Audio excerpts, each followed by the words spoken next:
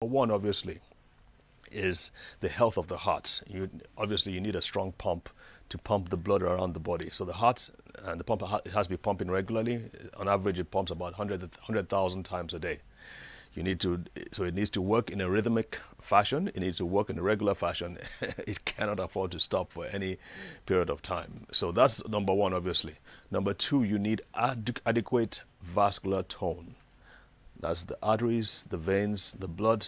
The walls of the arteries and veins have to be contracting and then relaxing appropriately.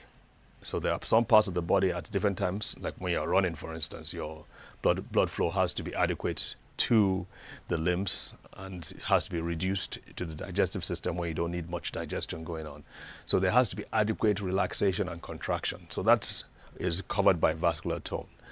You also want to look at the blood content, the content of the blood of certain chemicals, things like your blood sugar, your blood cholesterol, the amount of inflammatory particles, the amount of oxidation. We're not going to go too technical, but just remember that the content of the blood matters. Also the platelets and the different red blood cells and the white blood cells. How much? If it's too much, it's a problem. If it's too low, it's a problem as well.